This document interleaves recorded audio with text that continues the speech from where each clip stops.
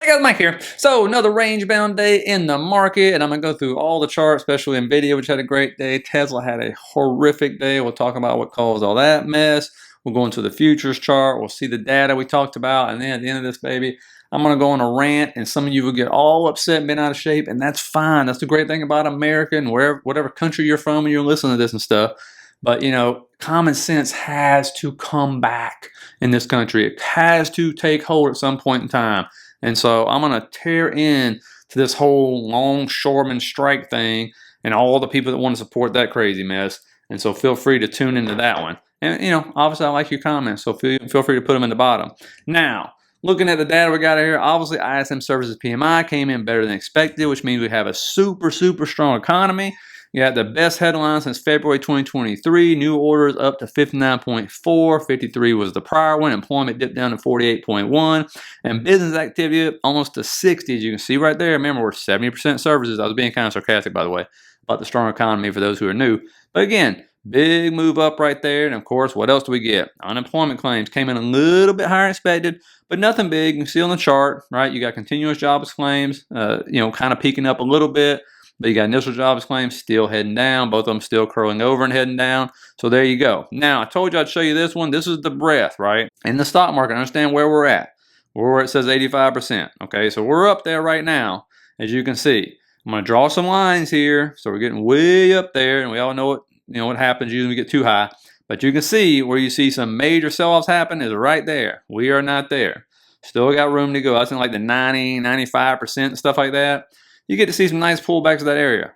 We aren't even at the year end where we're supposed to have this great rally from end of October into December, right? When you see some really big rallies happen there.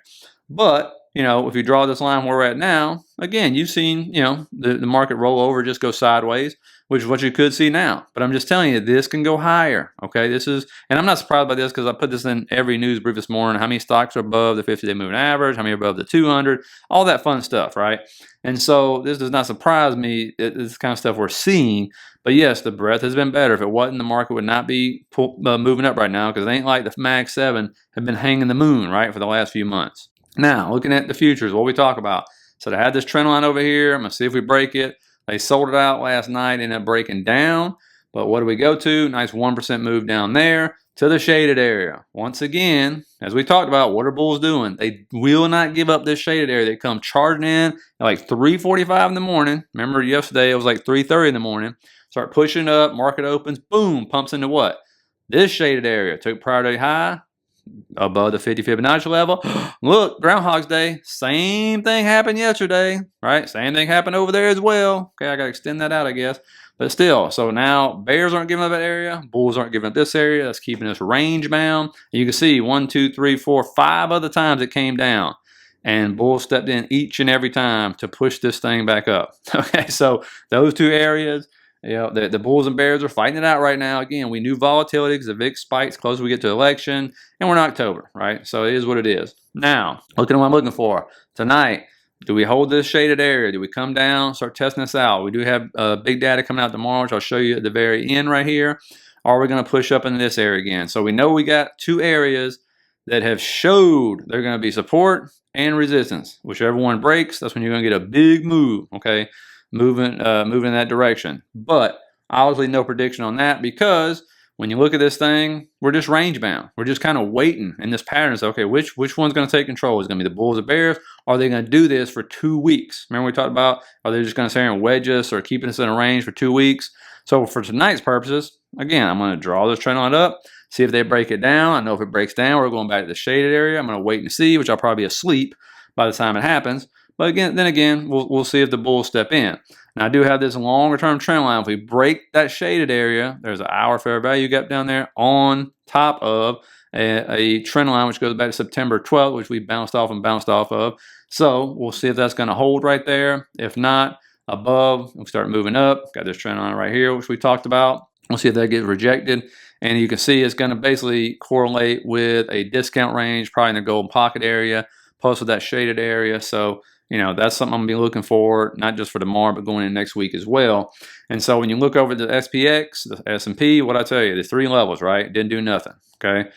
56.75, didn't even get touched today. 57.10, excuse me, did get touched today, sold off after we got there, could not hold it. And of course, we didn't even challenge 57.30. So if we can break above 57.10 and hold it, we're going 57.30. If we break below 56.75, is a lot of numbers I know, and that puts like 56.50 into play. Okay, so but don't be surprised if they just kind of keep holding us here. Again, when you see the data come out tomorrow, you'll see like, okay, well maybe we'll have some happen. But right now, news is causing these short-term moves and not more of an extended move in either direction. Okay, because the data has been coming out pretty dang good, and it's not been moving it up either. So, but the bulls are not allowing it to get sold off. Now, Nvidia obviously had a good day.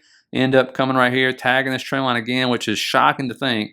We have been in this thing since June. All right, one false breakout. I guess you can call this two false breakouts if you want to, but 124.50-ish right there, which I got that line there now, seems to be a big problem. Okay, so if you can get above that, you're cooking with Crisco, but that just seems to be the nice rejection point we have had on Nvidia several times now. So watch for 124.50-ish, 124.75 to get broke somewhere up in there.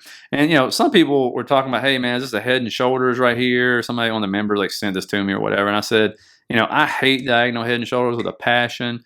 You know, if you see a head and shoulders, great. I mean, it looks kind of like it's forming a right shoulder, right? Maybe it is. But, you know, I don't know. The diagonal things what always has bothered me. I'm just showing it to you because you deserve to know.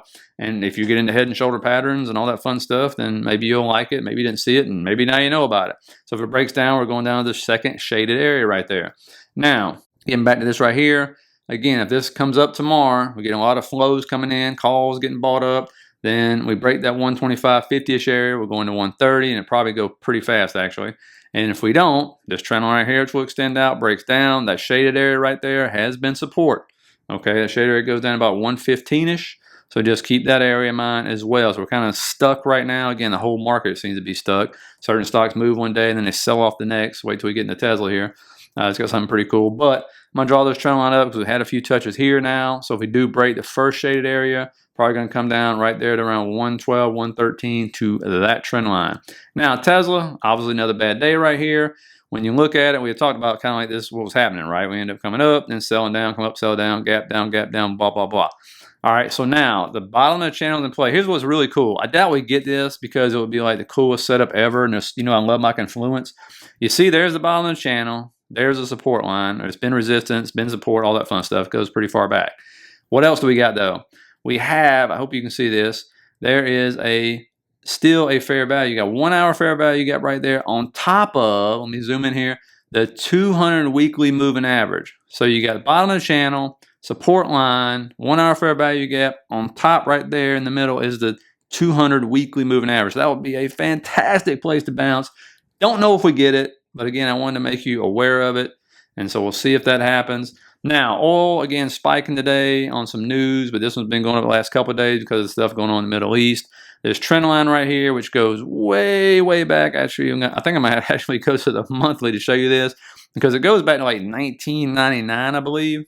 And at first, it was great support for a number of years, and then we started just kind of bouncing all over. It became support, resistance, all that fun stuff. And so it needs to be more of a range now than anything else. But it used to be a beautiful line of support coming up into like 2010 right there. And then we finally broke for the first time in a while. And then we kind of just dancing around it where it's become support, resistance, and all that fun stuff. So we're back above that, but we got this other trend line coming down.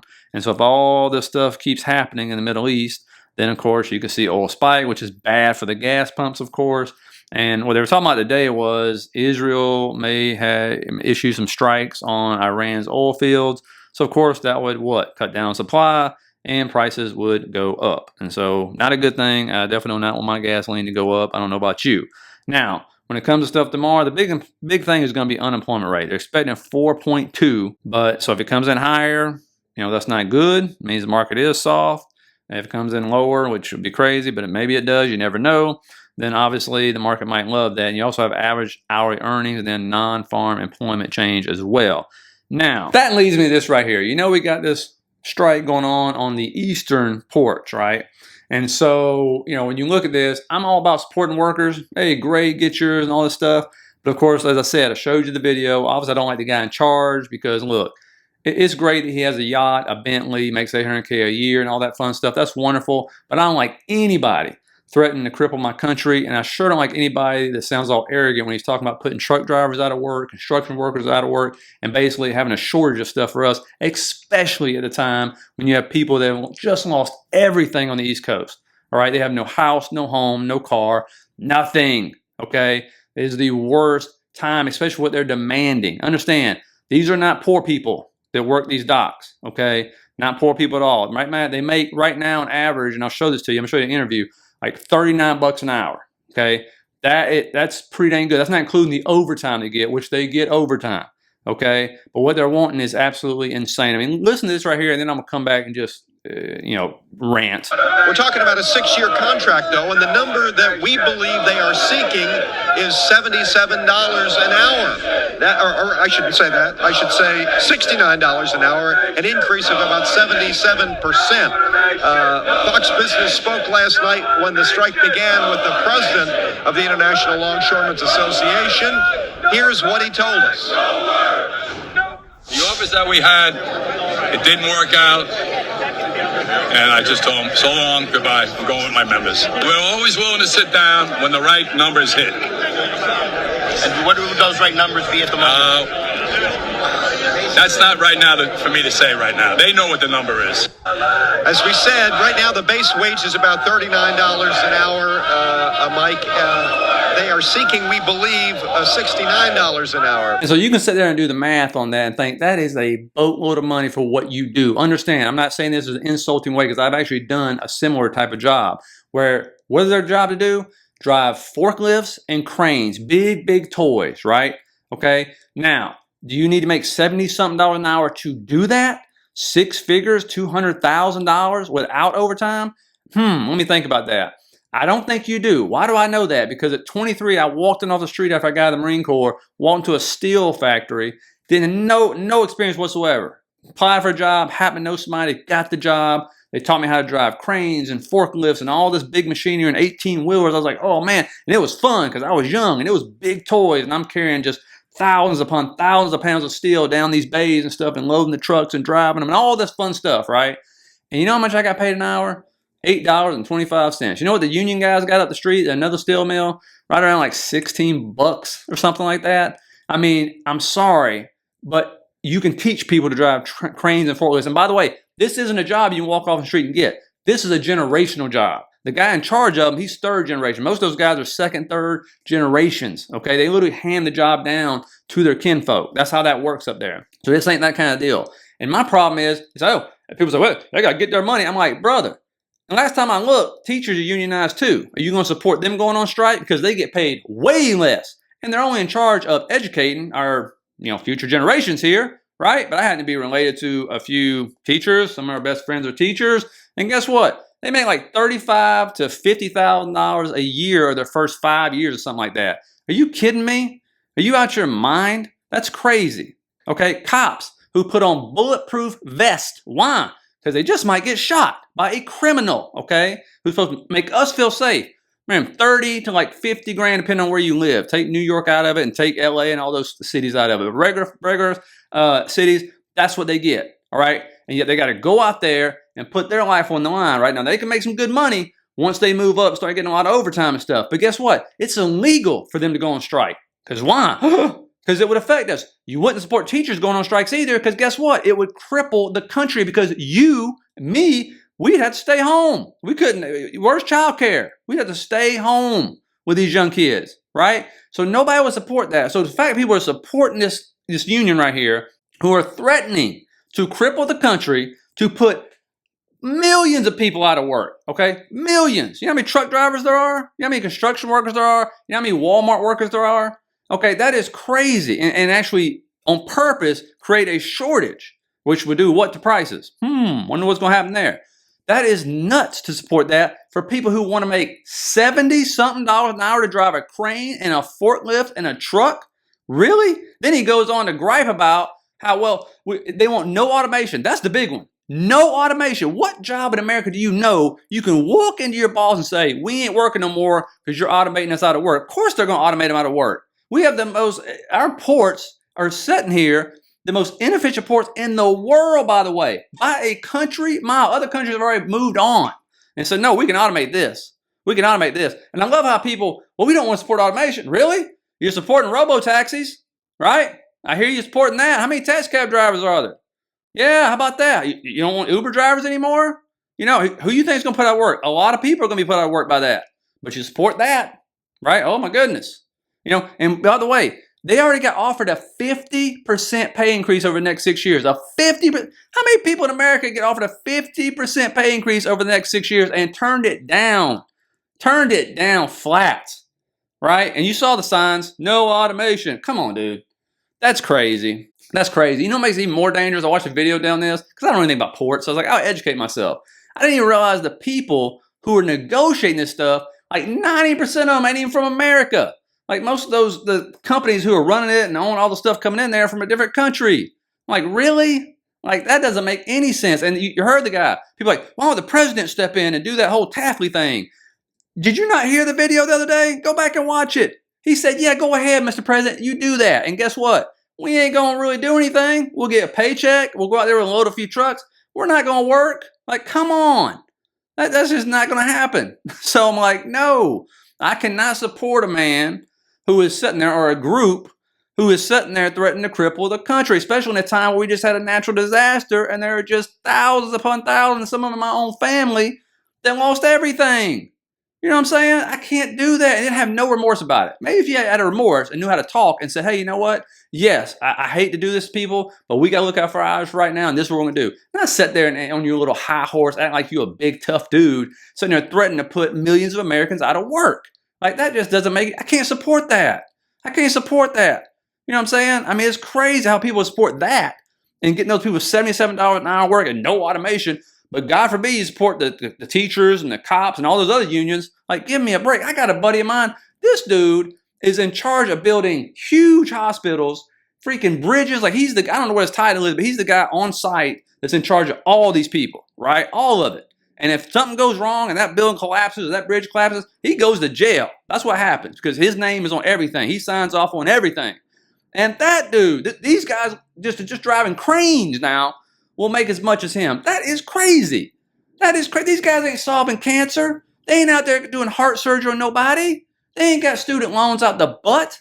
You know what I'm saying? Come on, man. You got to have common sense. Common sense has to, come to rule in this country once again. It's been lost, so lost, but it has to come back. It's crazy. And I don't understand how people in other unions can support another union who's going to put them out of work. It's nuts. Absolutely nuts. And if they do get the 77%, imagine this. Okay, give them the 77%. And they still say no because, we need no automation. We need no automation. They literally went on the video today and said, well, you know what they're doing down there in Mobile? They're doing auto check-in. They're automatically checking in the trucks. They're not using humans to check in the trucks. Really? How hard does that got to be? I'm going to pay that much money to somebody to check in the truck and the computer's doing it for you? Good Lord. Come on, dude. Now, you know my stance on automation. I already said AI automation going to put so many people out of work. It's going to be crazy. I don't know how we continue on. I think it'll be the death of all of us personally. And Elon Musk said it best. I'm telling you, he knows more about AI than anybody else, right? And he said, more people are going to lose their jobs than jobs are going to be created. And you're going to have some kind of national pay or something to make up for it. That's just the way it is. And I hate to see people lose their jobs. Freaking hate it. I always say, ask the GM and Ford workers. Their unions ain't shrunk as much as they have for nothing. That's automation for you. See you later. Jimmy, he ain't here no more. And that robot is. That's the way it is. Okay? It sucks. I get it. But those demands are ridiculous. I'm sorry, man. Especially at this time. It's just wrong timing. You're asking way too much. It makes no sense. And the fact that people would never support teachers or cops if they tried to pull something like this. It's crazy to me. But anyway, people can get upset all they want. Let me know what your comments and feedback is. Is what it is. But I'll end up talking to you guys Saturday. So put your questions in the comments if you want me to answer them on Saturday for you and stuff. And of course, as I'm editing the video, this comes out right here. So God bless if this is true. I have no idea if it's true. It's just coming out saying supposedly this is what the case is. And I don't know if it's all the dock workers because there's 85,000 dock workers in that union. But at least 45,000 agreed to go back to work supposedly. So we will hopefully find tomorrow if this is true. I am hoping it is true and put this off past the holidays. So anyway, hope you guys got something out of it anyway, because I'm sure not taking that rant out after putting all that work into it. So have a good one, guys.